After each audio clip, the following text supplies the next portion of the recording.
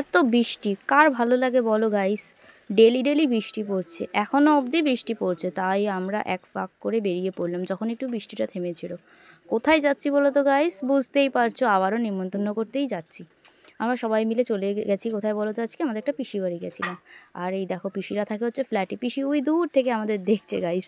আর সবার মুখে কি হাসি দেখো, আমরাও চলে গেছি পিসি বাড়িতে হাসতে হাসতে। আর অনেকটাই দূর ছিল গাইস, আর বৃষ্টির মধ্যে ভাবো কখন যাব কখন আসবো তার নেই সময়। আমরা যেতে যেতে প্রায় 9টা বেজে গেছিলো, আমার ছেলেও আসছে।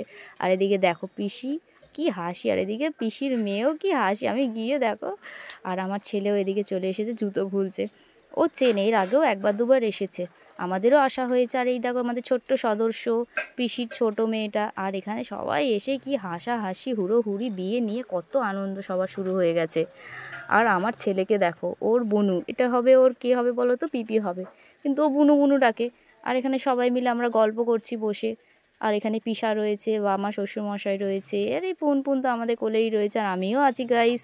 পিসি আমাদের জন্য সবার জন্য চা নিয়ে এসেছিলো, তারপরে এদিকে প্রথমেই চাউমিন ছিল। এই দেখো পিসা আমাদের জন্য চাউমিন ঠাউমিন বন্দোবস্ত করেছে, কত করে চাউমিন দিয়েছে গাইস। এত চাউমিন খাওয়া যায় বলো তোমরা, কত করে চাউমিন দিয়েছে। আমার ছেলে চাউমিন তো খেতে ভালোবাসে খুব, তোমরা জানো গাইস।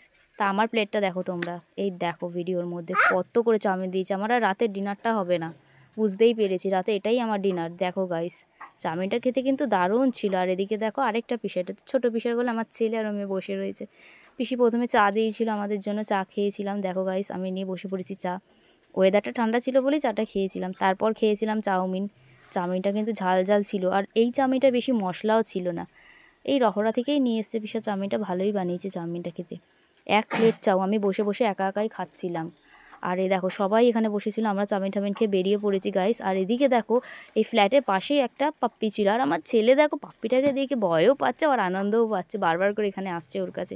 আর এদিকে আমরা সবাই বলছি চলো এবার বাড়ি যাই, কেন বলো তো গাইস, 11টা বেজে গেছিলো, তাও কেউ বেরাচ্ছিল না, গল্পে এত মত্ত। ডেলি ডেলি আমাদের রাত বেরাতে বাড়িতে ঢুকতে হচ্ছে, বেরাতে বেরাতে বাড়ি আস্তে আস্তে 11টা 12টা বেজে যাচ্ছে।